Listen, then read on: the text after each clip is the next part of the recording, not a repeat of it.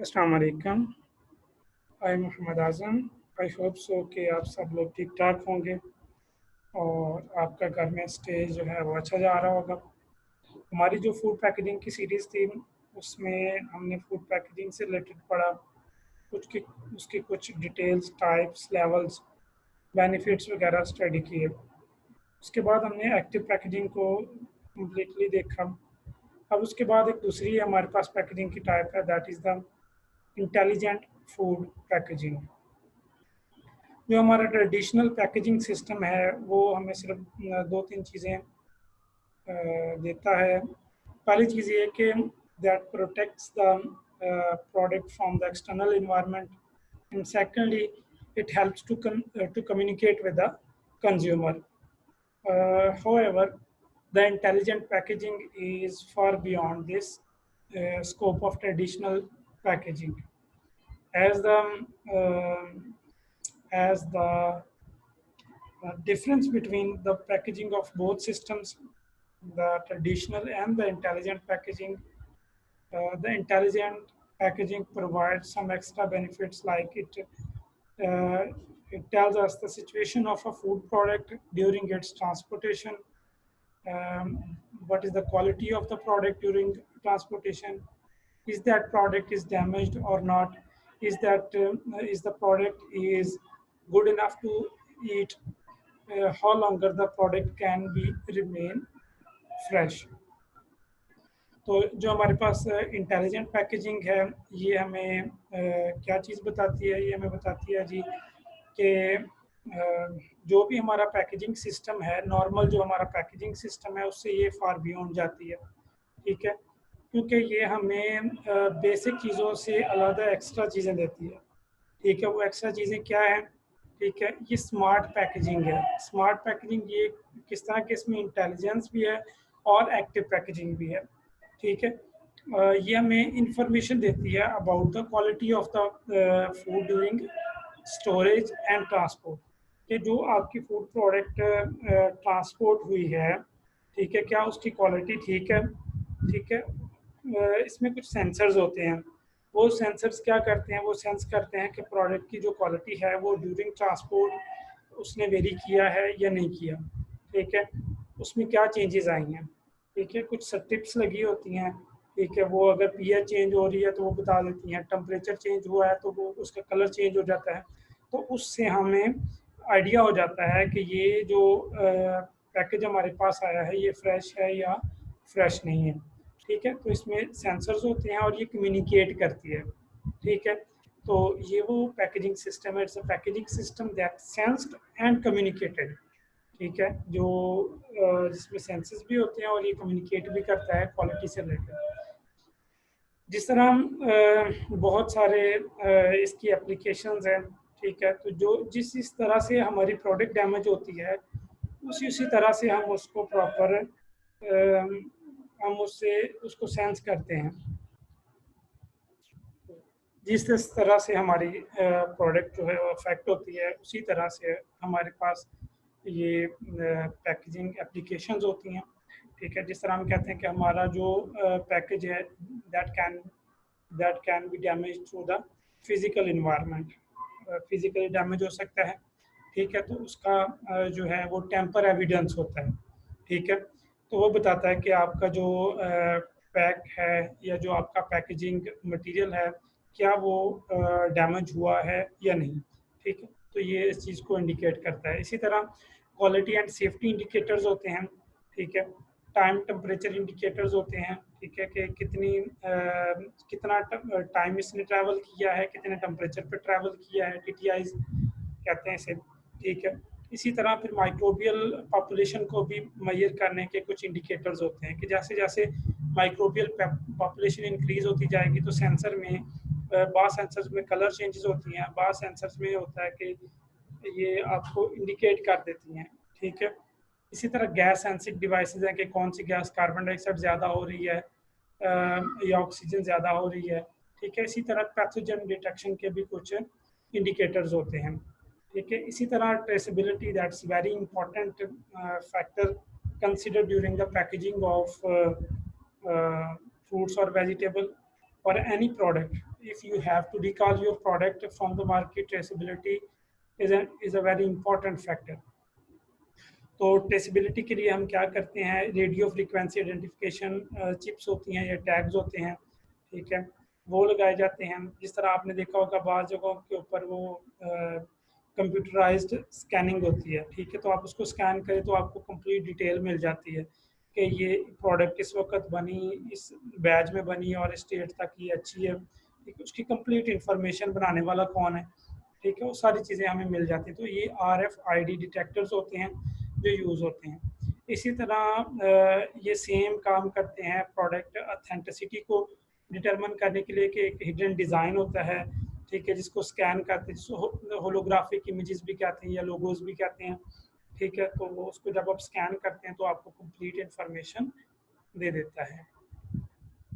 इसी तरह जब हम इंडिकेटर्स की बात करते हैं तो उसमें ऑक्सीजन के इंडिकेटर्स हैं, टाइम टेम्परेचर के इंडिकेटर्स हैं, कलर के, पैथोजन के, उसमें जो ब्रेकेज होती है या फ्रेशनेस के इंडिकेटर्स हैं, लीक के इंडिकेटर्स हैं, ठीक है, तो ये सारे इंडिकेटर्स इंटेलिजेंट पैकेजिंग सिस्टम्स में आते हैं। इसी तरह आपको RFID का बताया, ठीक है, इसी तरह सेंसर्स होते हैं, इंटेलिजेंट सेंसर्स होते हैं जो गैस को सेंस करते हैं, माइक्रोबियल पॉपुलेशन को सेंस करते हैं, और ऑक्सीजन सेंसर जो होते हैं वो फ्लोरेसेंस, यानी इनके कलर चेंज हो जाता है, ठीक है।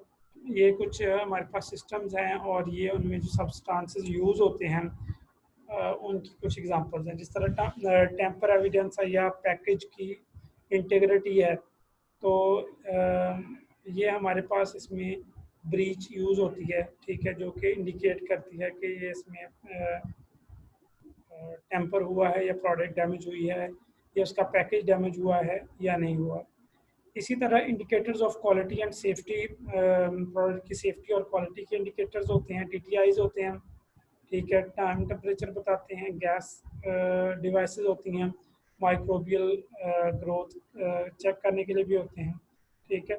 इसी तरह ट्रेसेबिलिटी या एंटी थेफ्ट डिवाइसेस जिसमें RFID या लेबल टैग्स होते हैं, चिप्स होती हैं, ठीक है, और प्रोडक्ट की ऑथेंटिसिटी चेक करने के लिए होलोग्राफिक इमेजेस या लोगोज या हिडन प्रिंटेड एलिमेंट्स वगैरह यूज़ किए जाते हैं, ठीक है। तो ये हमारे पास इंटेलिजेंट पैकेजिंग था, that was about the addition of senses and communication to the product, ठीक है, ये इसमें स्पेशल चीज़ है, ठीक है। जो एक्टिव पैकेजिंग है और जो इंटेलिजेंट पैकेजिंग है, इसमें बेसिक डिफरेंस जो है वो ये है कि जो एक्टिव पैकेजिंग है वो कम्युनिकेट नहीं कर सकती, वो बता नहीं सकती कि ये प्रोडक्ट डैमेज है या नहीं है।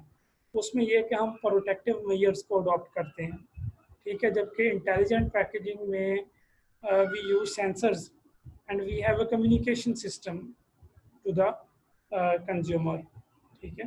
तो ये दोनों में फ़र्क होता है कि एक्टिव पैकेजिंग में कम्युनिकेशन नहीं होती, ठीक है, सिर्फ प्रोटेक्शन होती है, और जो इंटेलिजेंट पैकेजिंग है उसमें कम्युनिकेशन भी होती है कि प्रोडक्ट की क्वालिटी से रिलेटेड चीज़ें बताई जाती हैं। इसी तरह हमारे पास आगे है जी कंट्रोल्ड एटमॉस्फेयर पैकेजिंग, कैप भी बोलते हैं इसको, ठीक है।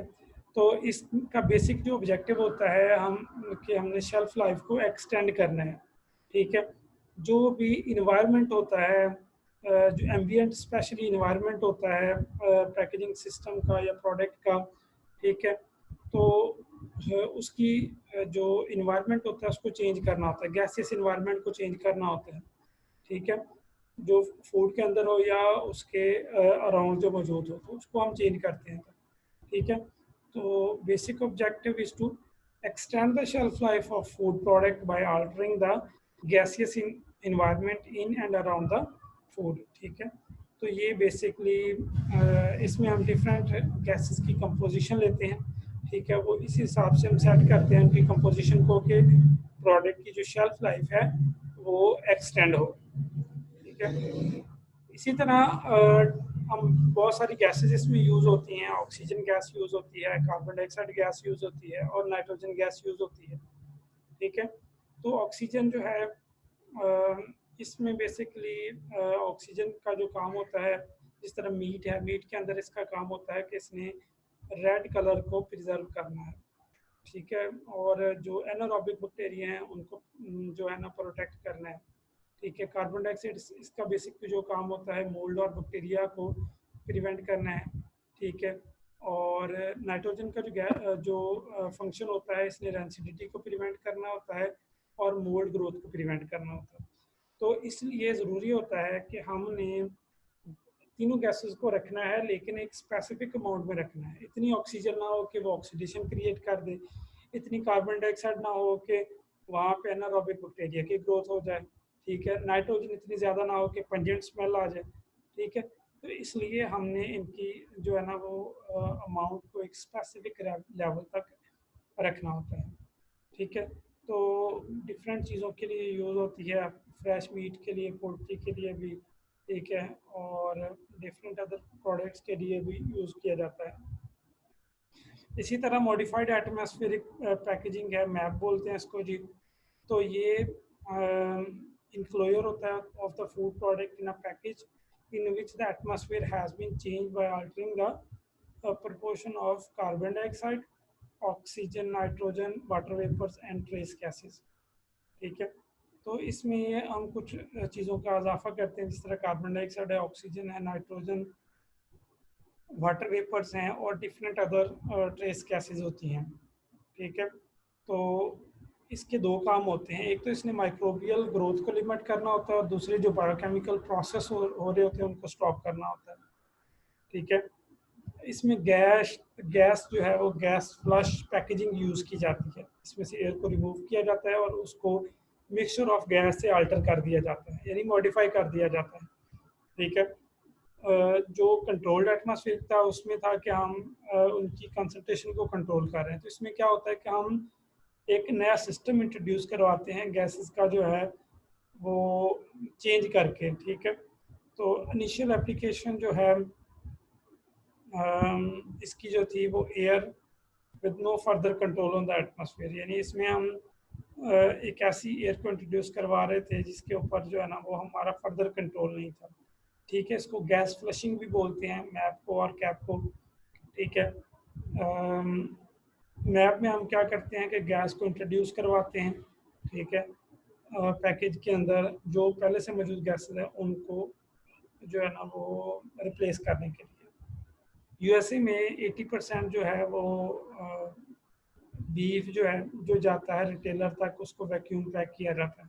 जितने भी फॉरेन कंट्रीज हैं उनमें भी ऐसे ही होता है, यूरोप में भी ऐसे ही है कि जो भी आपने मीट है या बीफ है या वेजिटेबल्स हैं सबको ये वैक्यूम पैक किया होता है, ठीक है। इसी तरह फ्रेश वेजिटेबल्स और फ्रूट्स का भी इसी तरह कि उनको मॉडिफाइड एटमॉस्फेरिक पैकेजिंग के अंदर जो है वो रखा जाता है, ठीक है। उसके बाद जो हमारा नेक्स्ट टॉपिक है इंशाल्लाह नेक्स्ट लेक्चर में पढ़ेंगे, इनर्ट गैस पैकेजिंग, ठीक है। बल्कि इसको अभी हम देख लेते हैं। इनर्ट गैस पैकेजिंग में क्या होता है कि हम कोई ऐसी इनर्ट गैस इंट्रोड्यूस करवाते हैं जो ऑक्सीडेशन और स्पॉइलेज को प्रिवेंट करे, और वो ऑक्सीजन और स्पॉइलेज किस वजह से होगी, वो ऑक्सीजन की प्रेजेंस की वजह से होगी।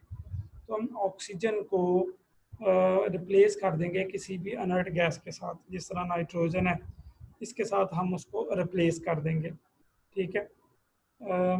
ये लॉन्ग टर्म स्टोरेज में भी हम इसको यूज़ करते हैं, ड्राई पाउडर्स वगैरह में, मिल्क प्रोडक्ट्स में, या कोई भी हमारे पास जो कुछ ड्राइड प्रोडक्ट्स में भी हम कर लेते हैं, ठीक है। तो एमएपी का एडवांटेज ये है कि एक तो ये लॉन्गर ड्यूरेबिलिटी देता है, फ्रेशिबल